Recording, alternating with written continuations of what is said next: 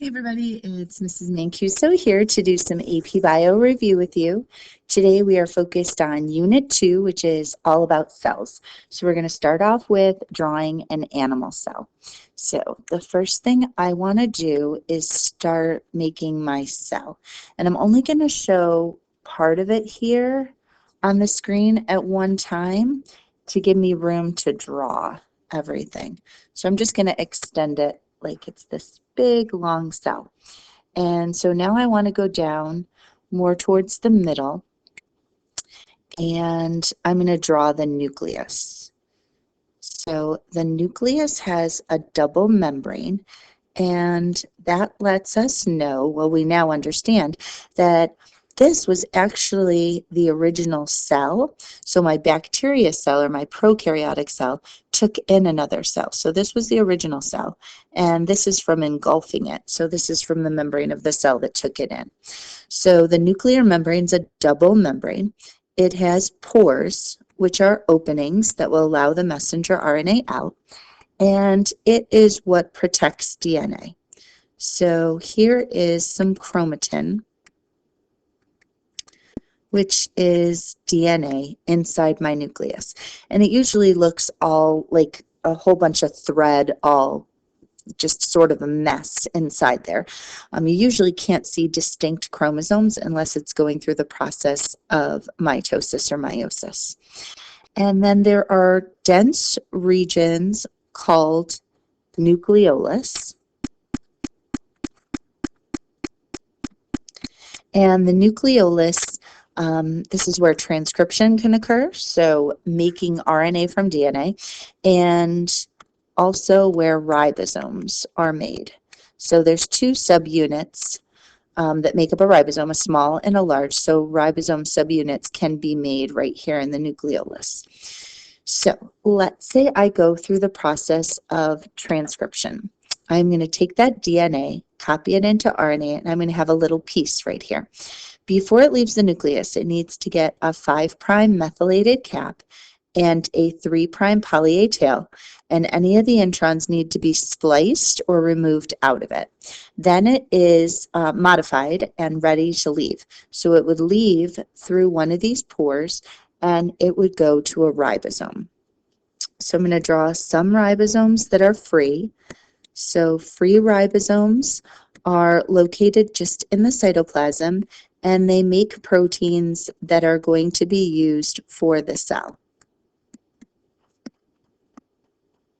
So if the protein that's about to be made by the ribosome using the directions originally from DNA that's in my messenger RNA, if that protein that's going to be made is going to be used right in a cell, it'll just happen right at a ribosome that's just right in the cytoplasm.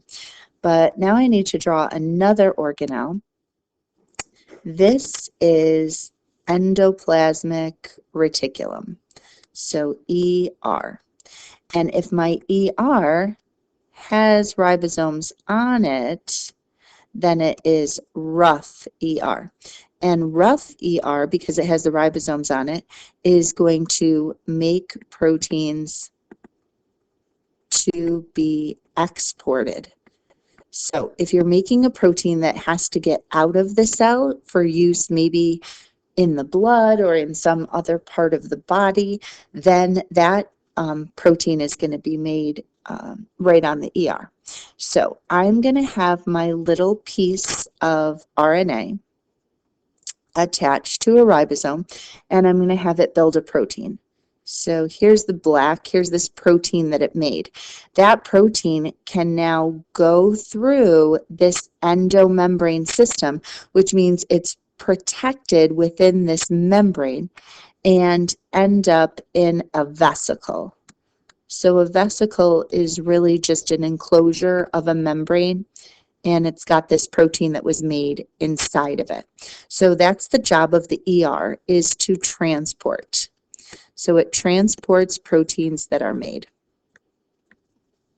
Okay, next thing I want to have, so let me move my screen this way a little bit. Next thing I want to have is a Golgi body.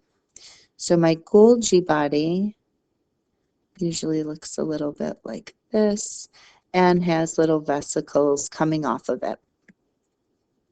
like that.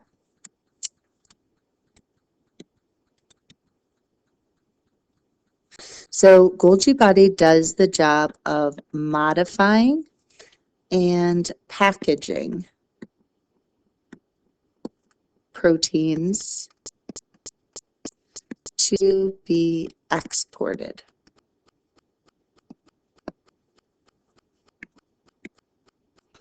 Okay, so here, this protein inside this vesicle is going to go into the Golgi body, and then it's going to be modified. So I'm going to take and add another little substance to it. So when we think about proteins that your body makes, like hemoglobin, I'd have to take 4 different polypeptides and put them together into a new quaternary structure to make hemoglobin. So that's an example of modifying. Or you find glycoproteins in the cell membrane that have sugar chains attached to it. So to attach that sugar onto the protein, that's another example of modifying. So this is also part of the endomembrane system, which means it's going to be protected, and eventually it's going to end up inside of here, and this can fuse with the membrane and do exocytosis and let the protein out of the cell. So now this protein that was made and modified is now out of the cell. So that's all of this that we've drawn so far has been part of the endomembrane system. All right, now I'm going to draw a little structure, just a little circle with some stuff inside of it. And this is really close to the edge. And so this is a lysosome. And all these little dots are hydrolytic enzymes. So hydrolytic means it does hydrolysis. Hydro means you need water. Lytic means it's going to break it apart. So let's say that there was some starch outside of the cell, and the cell did endocytosis and took it in. So now the starch is inside. These two will fuse, and the hydrolytic enzymes will break apart the starch into monomers like glucose. So that is what a lysosome is for. A vacuole tends to be more towards the middle, not towards the edge, and a vacuole is really just for storage. So if your cell produces something or took something in and has extra of it, it will store it in a vacuole. All right, let's keep moving along here so I have a little bit more room. I'm going to make some more ER, but this ER does not have any ribosomes on it, so this is called smooth ER. And smooth ER is definitely known for making lipids. So if you have a cell that needs to make fats, that usually occurs there in the smooth ER. And then I also would like to draw a mitochondria. This is a really important organelle that you find in an animal cell. So first thing, mitochondria, just like the nucleus, was once a cell. So here's its original membrane, and here's the membrane of the cell that took it in. So here's my mitochondria. And then inside it, it has another inner membrane. So that inner membrane is called the cristae.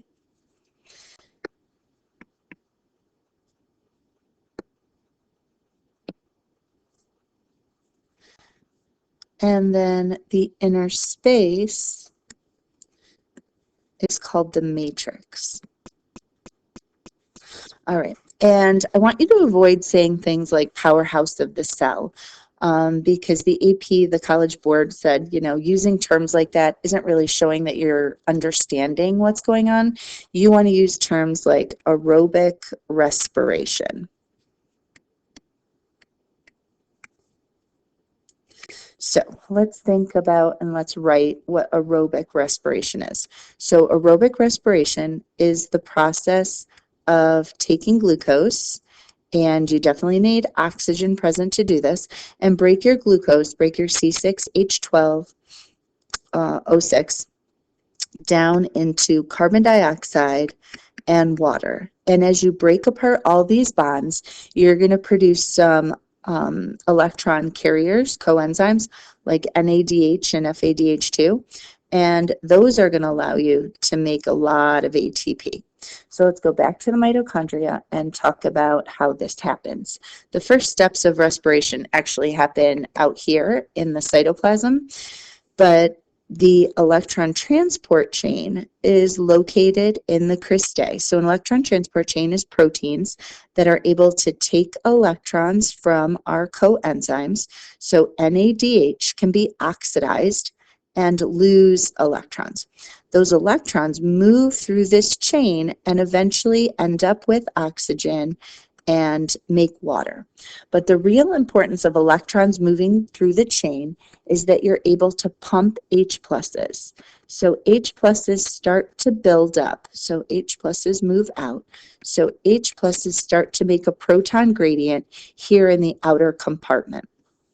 And then another really important structure is found in the cristae, and it is called ATP synthase. And it's a channel protein for hydrogen ions, but it has this little spinning inside portion of it. So as the H plus move in from high concentration to low concentration, this inner part, this rotor, will turn. And as it turns, it puts together ADP and PI, and it makes ATP. So the more NADHs that you oxidize, the more H pluses you'll be able to pump out into the outer compartment, and the more H pluses you'll let flow through the ATP synthase to make more and more ATP. NADH is not the only coenzyme. There's also FADH2. But I just wanted to draw that out. We'll definitely be doing that when we review respiration. But as long as we're doing organelles, might as well put as much in here to review as possible. The ATP that is made by the mitochondria can be used by any of these organelles to do anything that is active. So whenever an organelle needs energy, it can use the energy from the mitochondria. So if you have a cell that is doing like a lot of production or a lot of movement, you're going to see a lot of mitochondria within those types of cells. So for example, muscle cells, doing a lot of work, so definitely having a lot of ATP, taking in a lot of sugars, breaking down the sugars so that they have the energy available to work. All right, my next organelle that I'm going to draw are centrioles. They tend to look like rigatoni set up perpendicular to each other, and centrioles make spindle fibers. So if you think about a cell that's about to divide, that cell has to produce all these little proteins that will extend to the middle and pull the sister chromatids apart during mitosis or during meiosis. So that's what centrioles are for. And they're made up of little microtubules, and microtubules are made up of microfilaments. So here's some more little microfilaments.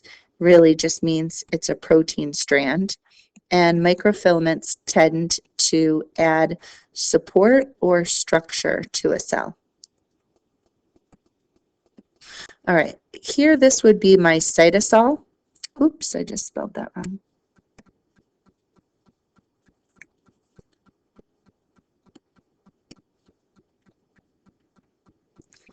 Cytosol is another word for cytoplasm.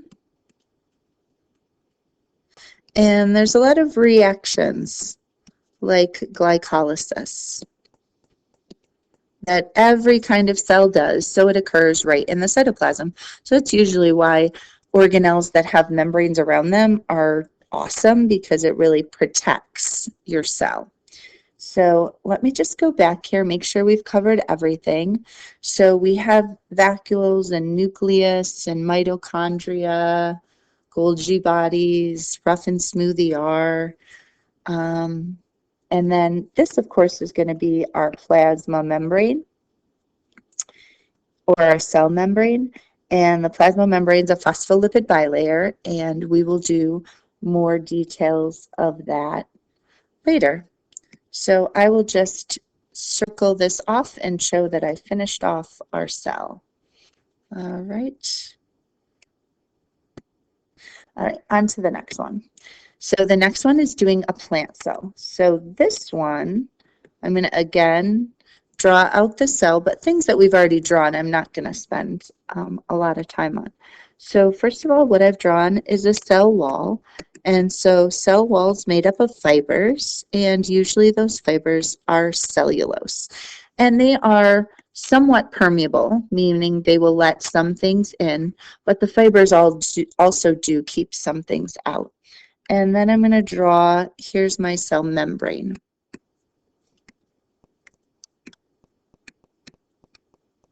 All right, the next thing that I really want to show is a large central vacuole.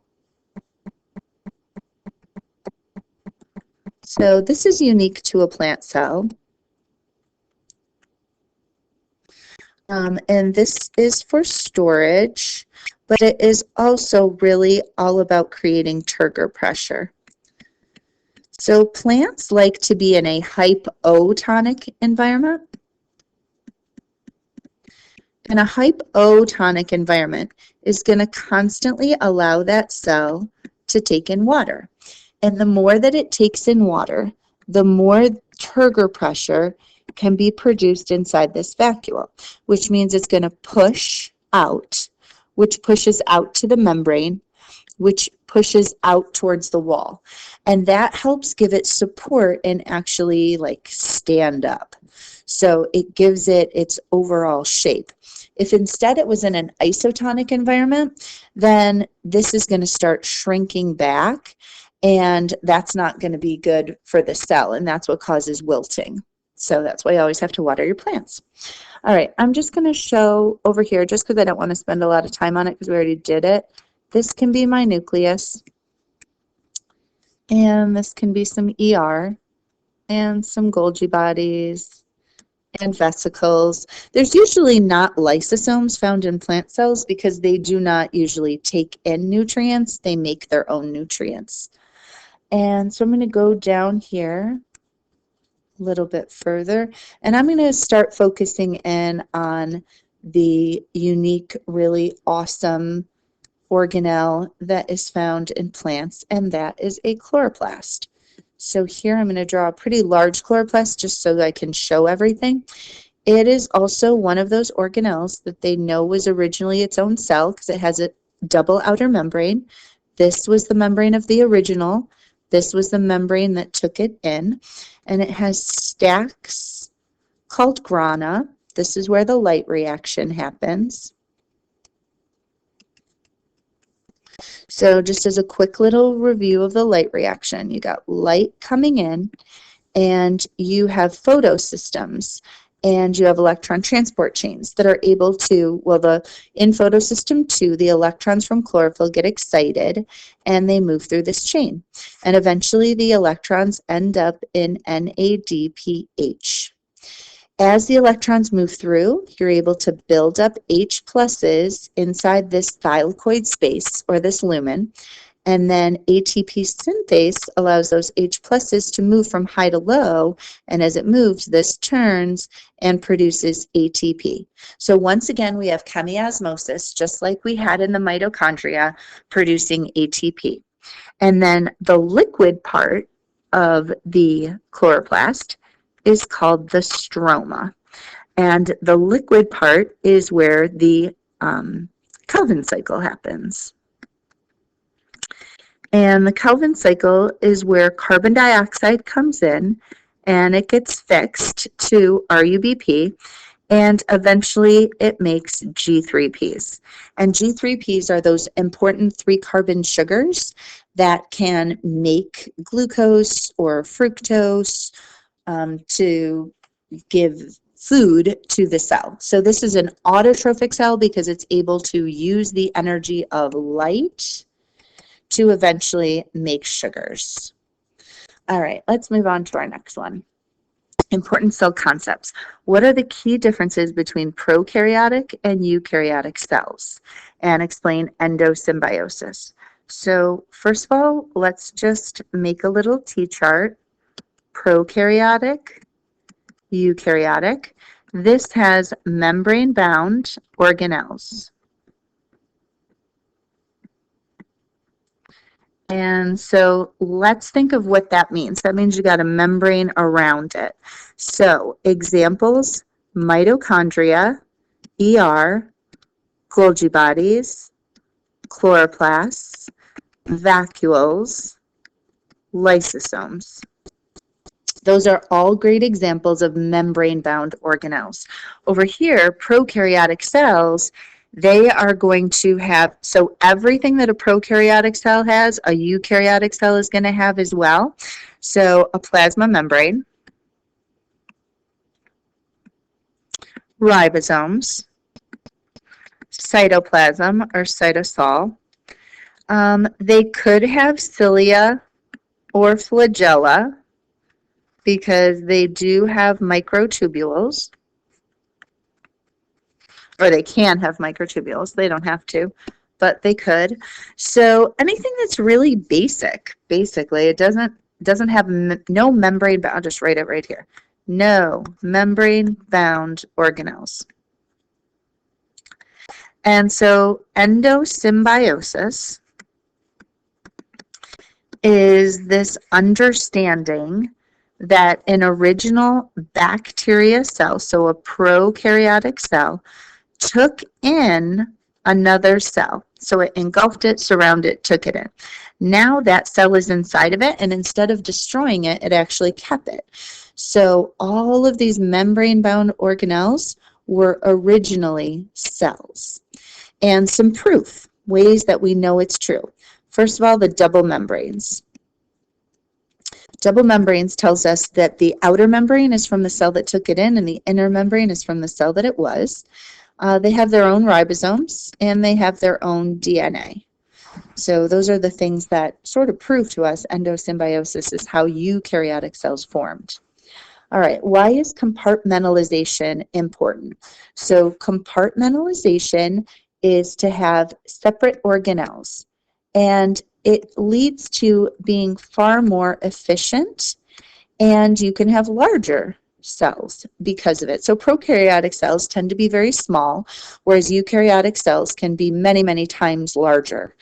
And it's much more efficient because each separate process is occurring in its own space. If each process is occurring in its own space, you are less likely to disrupt or have any enzymes degrading any of the reactions. So they each just happen in their own area. What are the components of the endomembrane system? Imagine a protein is to be exported from the cell. Trace the path of the protein through the cell, starting with the mRNA in the nucleus. All right, so if this is my nucleus, and here's my mRNA, I'm going to give it the cap, the tail. I've already spliced out the introns. It goes out through a nuclear pore, and it attaches to a ribosome. So here's my ribosome.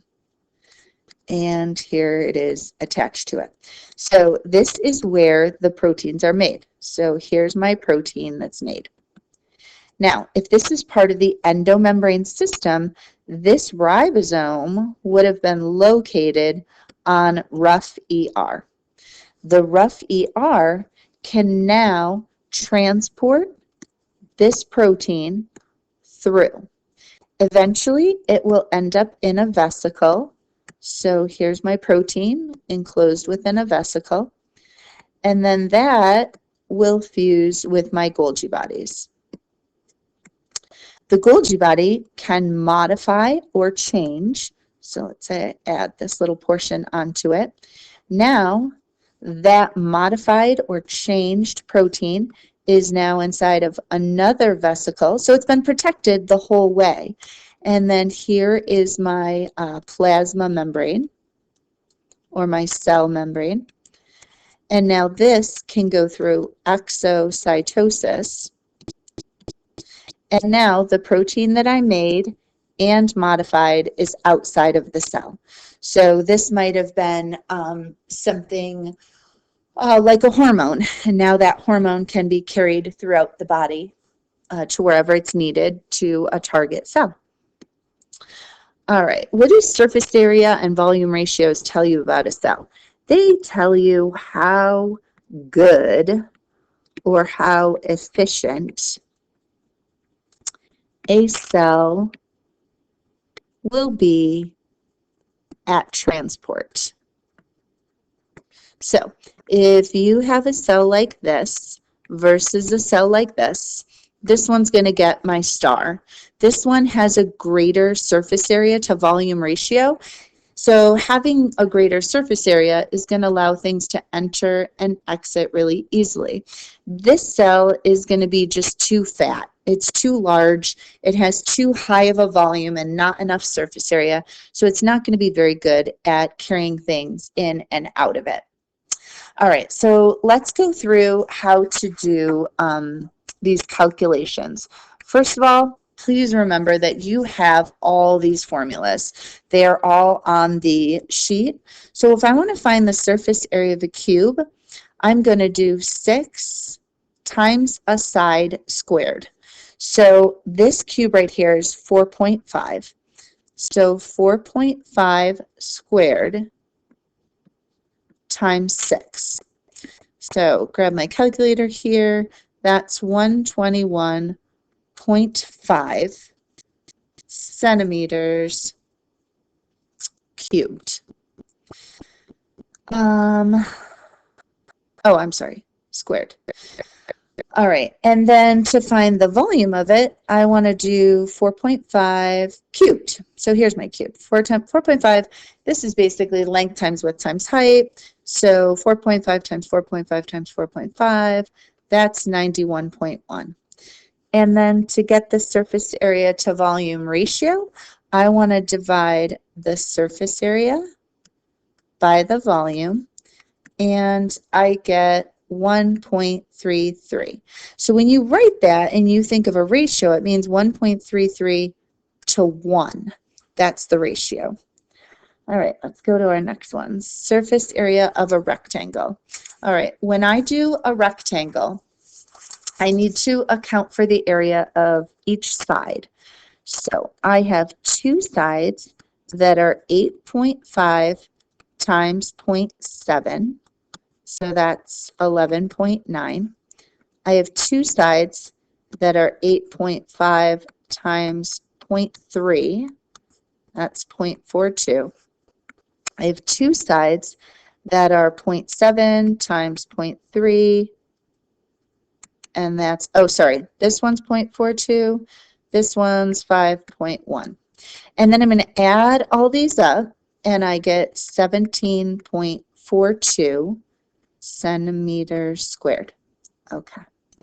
Then the volume is going to be length times width times height. So 8.5 times 0.7 times 0.3 gives me 1.8. And my surface area to volume ratio, so I want 17.42 divided by 1.8. And so that one's 9.7 to 1. That would be my ratio of surface area to volume. So I already know that this is a better surface area to volume ratio than the cube that I just did. And now I'm going to do the sphere. So for a sphere, the surface area is 4 pi r squared. So they gave me the diameter. Diameter is 4.5. So that means my radius is going to be 2.25. So let's see here. So 4 times, I'm just going to put 3.14 because I don't have that on my calculator right here right now. And then this squared. And so I do that and I get 63.6 centimeters squared. And then to find the volume of a sphere, that's 4/3 pi r cubed. And so when I do that, I get 47.7. And to find my surface area to volume ratio, I'm going to divide 63.6 by 47.7.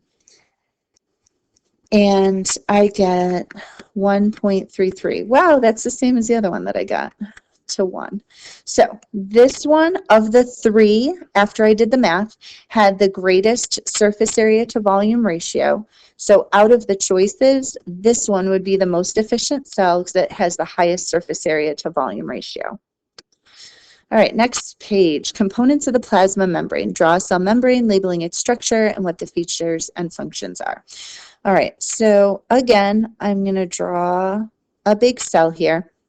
That's my plasma membrane, but now I'm going to go in and I'm going to do it much more detailed. So a phospholipid bilayer is made up of these phospholipids.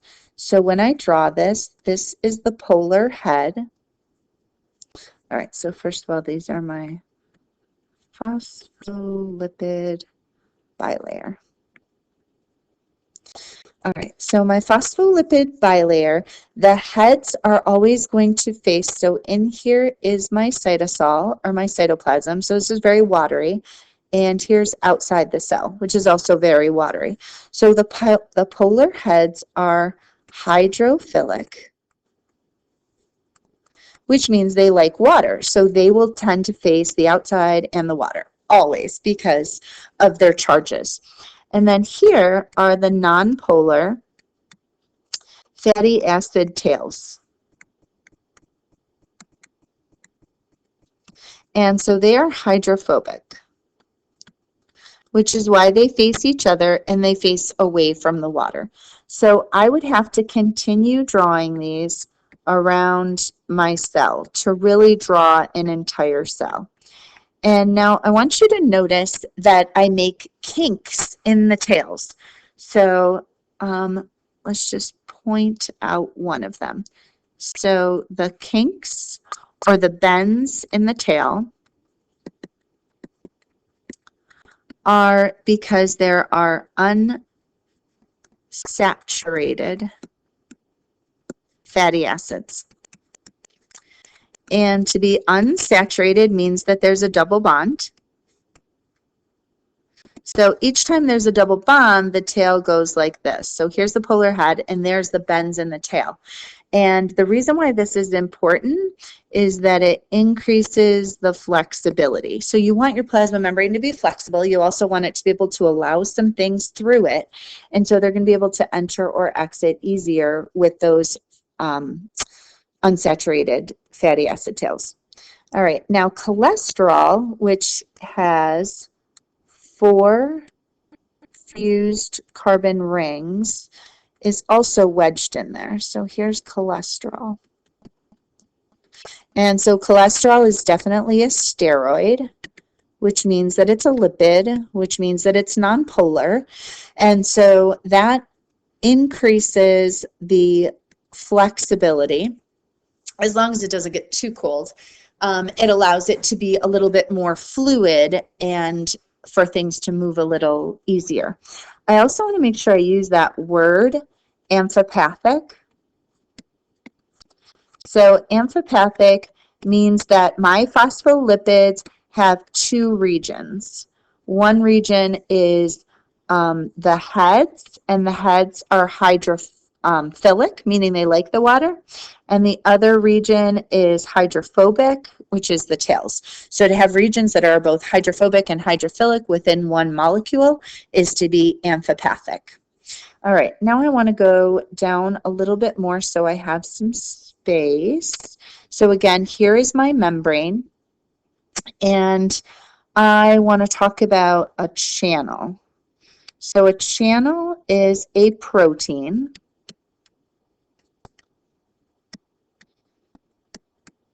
And it allows just specific molecules to enter. It could have a gate, and the gate could be closed, and it could require a ligand or a signal molecule in order to open up. And when it opens up, then it will allow this specific ion to move through. So let's say this is a sodium-gated channel. It will allow sodiums to move from high concentration to low concentration in. And it doesn't require any energy, so we call that facilitated diffusion. And facilitated diffusion is passive, because there's no energy required for it to move. But it has to go with the gradient. It has to go from high to low. Now, let's talk about why this couldn't just go through the bilayer. So go back up to the bilayer here. In order to get through those tails, your substance has to be nonpolar. The tails have to be okay with it. So things like oxygen or carbon dioxide are small and nonpolar, and so they're able to go right through the lipid bilayer. Sometimes water, even though it's polar, it can actually get through the lipid bilayer, can sort of bend itself so that it can get through. But a lot of substances need channels. All right, now over here, let's keep our membrane going.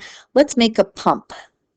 So a pump has a very specific shape, and it will attach ATP to it, and it will use the energy. So a pump is a form of active transport because it needs energy. It needs ATP to work. It will use the hydrolysis of ATP, meaning break the ATP apart and release some energy in order to move things against their gradient.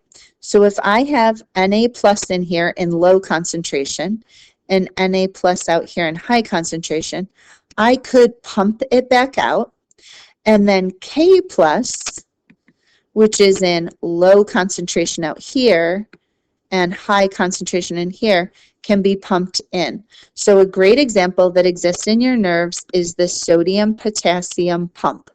And it will move ions against their gradient, and it actually changes shape as it works, which is a lot different than a channel protein. Channel proteins don't change shape as they work. All right, so my next question has me go through. Please realize there's more parts of the plasma membrane. We're just focused right now on transport. So that's why I didn't do recognition proteins or receptor proteins yet. Those will be coming. All right, how will each of the following molecules enter the cell? So let me get my little skinny pen out here so I have room to write. So oxygen is a nonpolar molecule, which means it's going to go right through the phospholipid bilayer. And so that is passive transport, and that's how it gets into a cell. A sodium ion has a charge to it, so that means it's going to need a channel protein. It's going from high to low, so we call that facilitated diffusion, which is an example of passive transport. All right, water has two ways that it can enter. Water can go right through the phospholipid bilayer, but not a lot can get through that way, so the most common way to move a lot of water is called an aquaporin. And an aquaporin is also a channel. It's moving water from high to low, and you're definitely going to see these in your kidneys because you've got to move a lot of water quickly because you do not want to urinate out all that water. You don't want to dehydrate. All right, testosterone. Testosterone is a steroid, and a steroid is a lipid, which means it can go right through the phospholipid bilayer, which means it is a passive transport, moves right through. All right, an amino acid. Amino acids are often charged based on their side chain, and so these would also need a channel to enter, or if they are going against their gradient, they would actually even need a pump. But usually I would say they're going high to low if they're going into a cell where they're needed. All right, a potassium ion definitely has a charge, but it's going to move from low to high. If you want it to enter a cell, the cell has a high concentration of potassium ions. So to go from low to high, this is going to require a pump. And so this is active transport. Starch is a very large molecule. It is a polymer. It is a polysaccharide. So in order for that to come in, you're going to need to do endocytosis, which means the cell actually surrounds and engulfs it and takes it in. Epinephrine. Epinephrine is a protein hormone. and it usually does not enter the cell. Instead, there would be a receptor, and sometimes it can enter the cell, like if you have receptor-mediated endocytosis. Let me just show you that for a minute. So here's my receptor, and here's my epinephrine. And as soon as this binds, it often, and we know that in our pathway to break down glycogen, that epinephrine never enters the cell. It just causes a signal transduction pathway to happen. If it was going to enter, it would be receptor-mediated endocytosis, which means that here's my receptor, and my cell would start doing this and engulfing it until it took it in, and the receptor and the epinephrine are both inside of the cell. All right, plasmids. Plasmids are little circular pieces of DNA, and we know that bacteria will definitely take them in. They take them in by endocytosis, and we know that this is called transformation. It's definitely how bacteria cells share their antibiotic resistance genes so easily.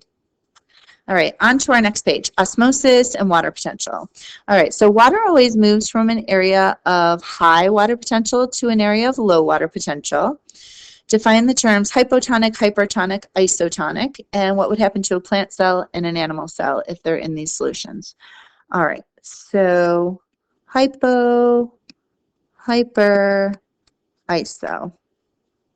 Make a little chart to make this a little easier. Whoops. All right. Definition. Plant, environment, animal, environment. Okay. So hypotonic has a high water concentration, and so in a plant environment, this is ideal because you have the maximum amount of H2O entering your cell. And in an animal, this is too much. It's not ideal. It will cause your animal cell to burst because it will let in too much water. So you don't want to have an IV with pure water. That would be hypotonic, and it could cause your cells to burst. Hypertonic has a low water concentration, which means it usually has way too many solutes in it. So think of like sugary lemonade. That would be hypertonic. For plant cells, this is not ideal at all. It would cause what's called plasmolysis, which means your cell is going to shrink and your plant is going to wilt. And an animal cell, hypertonic, is also not enough water, and so it will cause your cell to shrink because your cell is going to be hypotonic. So both for a plant and an animal, they would both lose water to a hypertonic environment. Isotonic means that the concentration of water inside and outside is equal. So for a plant, it's not ideal because there's not enough water for to have enough turgor pressure, and so it will start wilting if it's in an isotonic environment. But it's ideal for an animal cell because you're going to have an equal amount of water going in and out, and it's not going to shrink and it's not going to burst. All right, facilitated diffusion is using a channel protein like sodium, and it's got to be going high to low, and it is a passive form of transport because no energy is needed. But the substance was an ion, so it couldn't go through the Phospholipid Bilayer, so it wasn't simple diffusion. It had to use a channel. All right, next one. Why do cells sometimes need active transport? So 2 reasons why a cell would need active transport. The first is because you're going against the gradient. So if you want to stockpile something, if you want to bring it from a low concentration to a high concentration, then you're going against the gradient, and that would require energy. And the second reason is if it is really large and the only way you can take it in is by endocytosis. So endocytosis is when the cell has to go around and surround it, so that's going to require energy to do that. All right, how can a concentration gradient across a membrane be a source of potential energy? So a concentration gradient, I want you to think about in a mitochondria, how the H pluses build up out here in the outer compartment. This proton gradient is part of the process of chemiosmosis. And so chemiosmosis is utilizing those H pluses and utilizing a special channel called ATP synthase.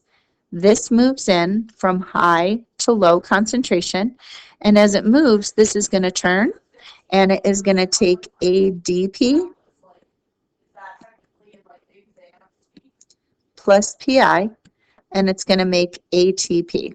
And so that's how it's used as a source of energy. When it spins, this ATP synthase is going to use the power of the gradient to make energy. All right, explain how the sodium-potassium pump generates a membrane potential or an electrochemical gradient. Okay, so I feel like this is more on the old exam, but here is a nerve cell. So I think it's important to understand how cells work, and cells normally have a negative charge within them, so this tells me that it's polarized because it has a charge. There is a higher concentration of sodium ions outside, and there's a higher concentration of potassium ions inside.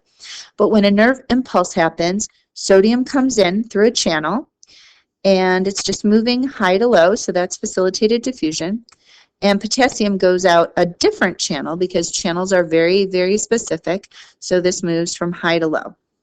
And what happens is your membrane depolarizes. So let's say it's at 0 millivolts. Well, to get back to normal, you need a sodium-potassium pump. So my sodium-potassium pump is going to be able to move things against their gradient.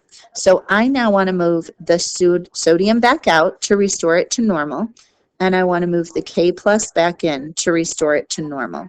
So that's how a sodium-potassium pump works. All right, what is water potential, and in what direction does water move? So water potential is the ability for water to move, and it's always going to move from an area of high concentration to low concentration. So think about the water potential in this diagram. So here you can see in the soil, the water potential is negative 1.5, but in the atmosphere, it's negative 100. So the water potential is much higher in the water than it is in the air. So water potential, because it's moving from high to low, it's going to move in and it's going to move up the plant. And you can see that each region that it's moving to has a lower water potential than the one before it. The lower the water potential of the atmosphere, the more transpiration that is going to occur. So transpiration is water loss by a plant due to the low water potential of the environment. And the water escapes through stomates. So stomates are the little openings in the bottom of the leaf. The more stomates it has and the lower the water potential of the environment, the more it's going to lose. So factors that affect transpiration. So obviously the environment's water potential, if it is very low, then transpiration will increase. Wind. Wind lowers the water potential of the air. Air. So that also causes transpiration to increase. Light. Light tends to dry the air, moving the molecules apart because light will increase the temperature and spread the molecules out. So the water potential of the air goes down, which means transpiration is going to go up. And then the last one, humidity. So humidity increases the amount of water in the air, and so that's going to decrease transpiration because you're actually making the water potential of the air higher because you're increasing the amount of water in it. All right, calculating water potential. So over here I've put your formula sheet that shows you how to solve the problems. Why is there pressure potential in a cell but not in an open container? So if you have a cell, here we've been talking about plants. So we're talking about plant cells, and plant cells have turgor pressure, which again is pushing out on all the sides of the cell to keep the shape of the cell. But if you just have an open container, that has atmospheric pressure, but everything has atmospheric pressure, so those cancel each other out. So let's go ahead and solve some of these problems. So a cell with a turgor pressure of 4.5 bars and a sucrose concentration of 3.5 molar is placed in a 2 molar sucrose solution at 30 degrees. So the first thing I want to do here, plus 273 is equal to,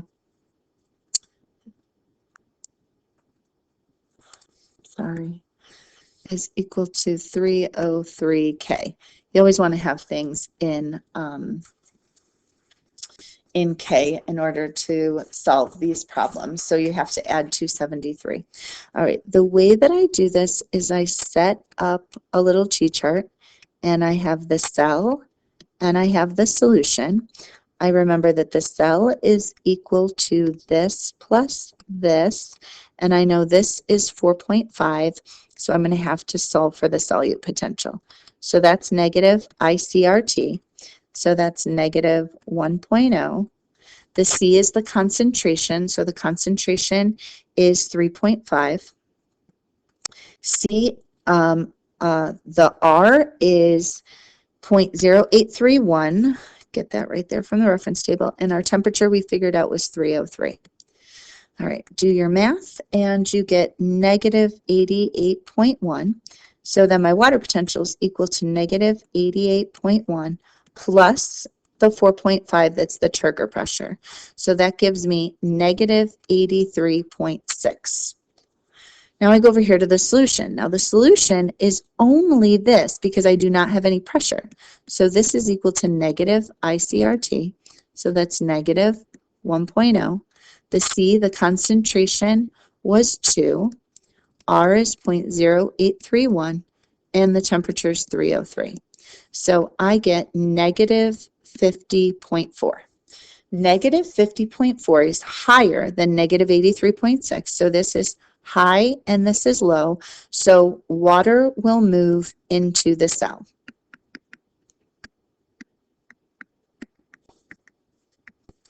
So I'm going to go through and I'm going to do these next problems, but I suggest that you pause and you try solving it yourself and then play and see if you get the same answer as me.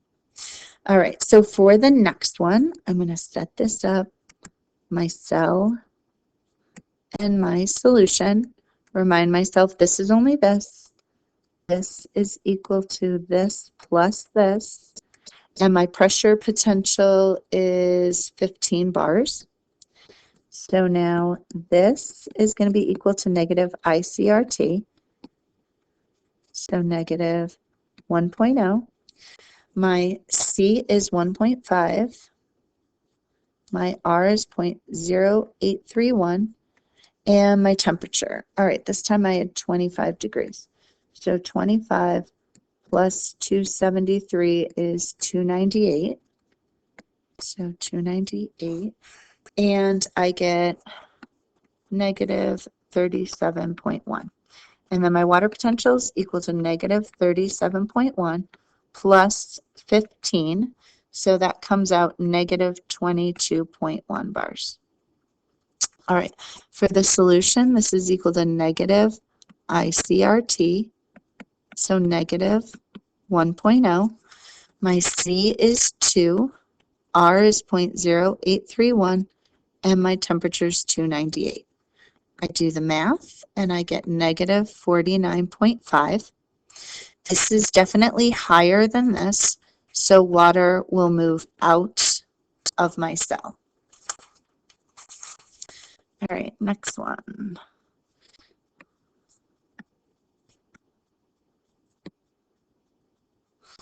So remind myself that this is just ICRT. This is going to be equal to this plus this, and my target pressure is 10. All right, temperature is 20. 20 plus, oops, 273 is 293. So this is equal to negative 1.0. My C, my concentration is 3.0831 and 293.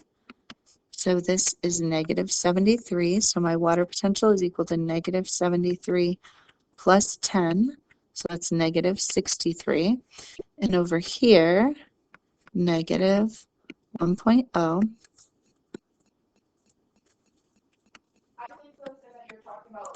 My C is 2. R is 0.0831. Temperature is 293. I get negative 48.7. 48.7 is going to be high compared to this, so water is going to move out of my cell. All right, this picture was just to show you that if two things both have 0, well, this first one shows water moving this way, and water moves this way because this has more solute, so it's more concentrated.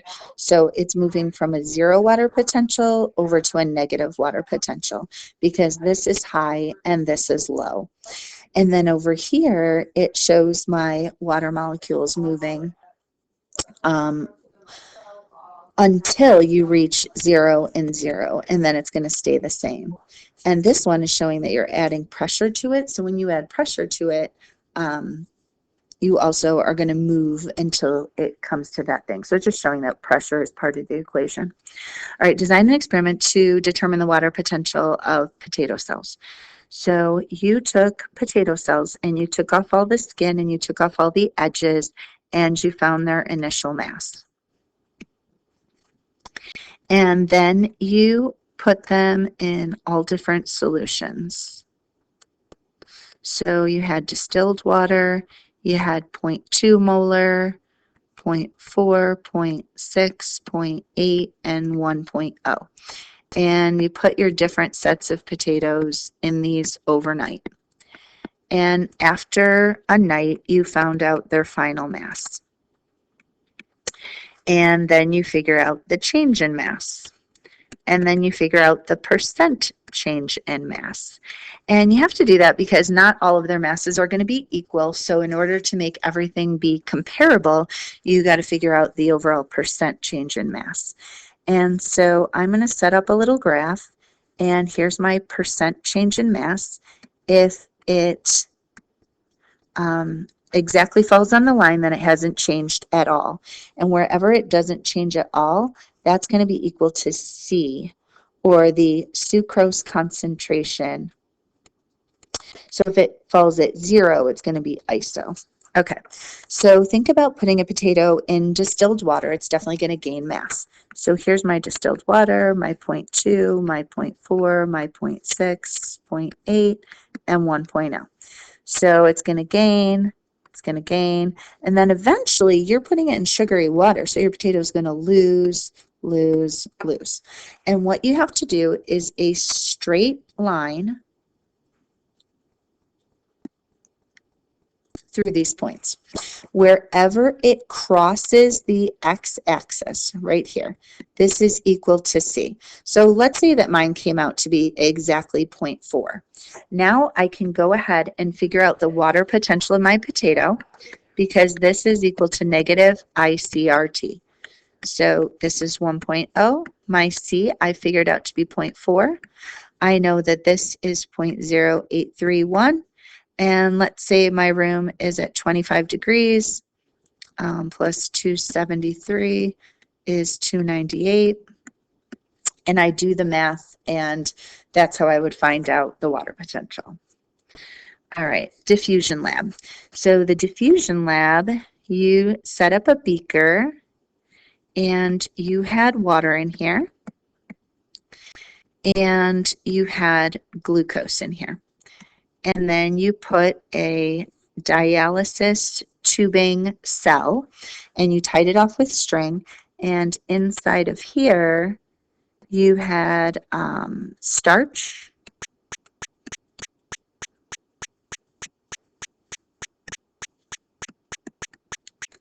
and water. And let's see, we used an indicator. The indicator that we used was iodine. So you can put iodine right out in the beaker. The iodine moves in, and the iodine stains the starch black. So I know the iodine moved. I'd have to mass it before and after to find out if water moved. To figure out if glucose moves, you use Benedict's solution. And Benedict's solution starts off blue. Sorry, I'm having a lot of issues with my screen. All right, so Benedict's solution starts off blue, and you have to heat it. And if it turns green to yellow to orange to red, that is showing the presence of glucose. So you can test the outside. You know it's going to come out positive because you had glucose there, so that could be your little control. And then when you test it in here, it also came out positive, showing that glucose moved. But iodine, if you test out here, iodine does not turn black. So starch did not move out. So this result shows us that glucose can move through the membrane and that starch does not. And the difference is that this is a monosaccharide and this one is a polysaccharide. So based on their size, different things will be able to move in and out of a cell. All right, the osmosis lab. You set up two beakers, and you had two cells in each, or you had one cell in each one. And inside of one of them, you had water in the beaker, and you had a sucrose solution inside. And the other one, you had water in here and a sucrose solution outside. And you have to mass them before and after, and you want to look at the change in mass. So osmosis is talking about the movement of water. So this environment is very hypotonic. So water will move in, and this one will gain mass. Over here, this is my hypotonic solution. So water will move out, so my cell will lose mass. And then the last experiment that we did was evidence of osmosis. So you looked at plant cells under the microscope, and you saw all the little rectangles, and it was really hard to see a membrane, but you definitely saw that there was green filling up all of the cell. And then you place this in salt water.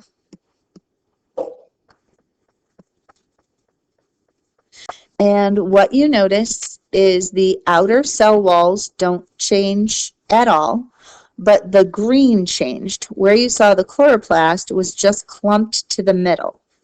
So what we actually could not see was the membrane. Here was the membrane in the original ones. And here is the membrane after being in salt water. So salt water is hypertonic, which means my cells were hypotonic, which means my cells lost water. And as they lost water, they shrank. And as they shrank, this is called plasmolysis. And the longer and longer that a plant undergoes plasmolysis, the greater the chances are that it is going to wilt and eventually die, because these walls are going to collapse in because there's no more turgor pressure holding it open. All right, thanks for joining me. I know this was a super long video, but hopefully that helps with everything you needed for Unit 2.